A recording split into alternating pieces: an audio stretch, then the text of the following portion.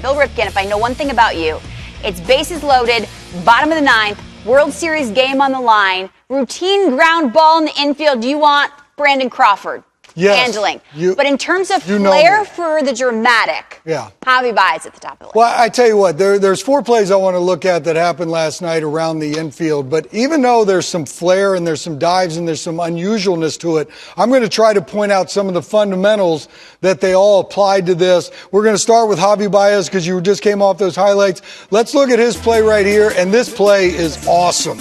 No ifs, ands, and buts about it. This is as much of a full extension dive as you can get. Now, what I want to do here when we look at this and slow it down, freeze it there. Okay, the cool thing about this is one of the few times in baseball that we sort of do something behind us. And the only reason he did this was out of necessity because the ball had beat him. And the reason why we don't do anything behind us this way is because we lose sight of it when it gets back here. But his head's turned. You can see his eyes are on the ball, which is really fundamental. Then the stop, when he play it forward, the stop, the push-up. He sets his base firmly. He replaces his feet. Nice. That is anchored right there. This looks like it's going to be a pitcher throwing a 95-mile-an-hour heater.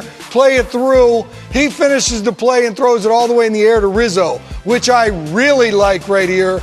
That's the out recorded. Let's look at Trevor Story's play up the middle. This was a pretty good one, too.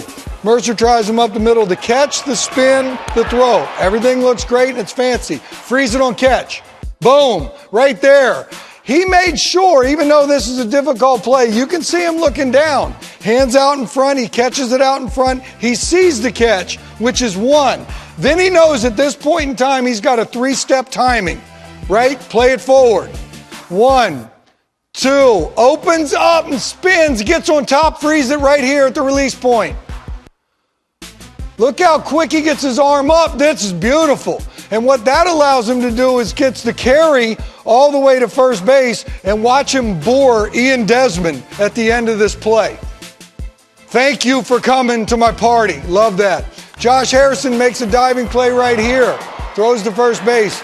Cervelli looked a little bit like a fish out of water playing first. Freeze it. What I like about this, not the full extension dive that Javi Baez had. And it's almost a controlled dive. And to me, the fundamental is the lower I get my head to the glove, the lower I get my head to the ball, the easier it is for me to see it. Beauty of playing second base, I got time, I got control. So when he catches this, he's just going to do a nice little push-up, go ahead and play it. He's just going to get to both knees because I know I can just flip this ball over to first base, and I'm going to be good with it, solid, out recorded. So even though it's a diving play, I think there were some nice fundamentals to talk about in there. And lastly, let's go to first base. And what Profar did right here as a non-first baseman is awesome. A lot of people want to give Odor a lot of credit for the jump throw and everything else. I'm not so sure that was necessary. Freeze it. Okay, this foot attacks where the ball's going, which is nice.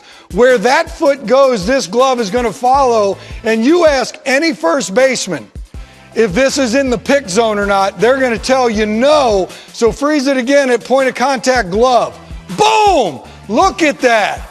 That's almost the full splits out of Profar, but what he did was he recognized the ball first. When he saw the ball low, he attacked it with his foot, then the glove came up, and he almost took a shot in the dark, if you will, with this pick, but that's in the complete no-pick zone. And I don't think people realize that play, bases loaded, no outs.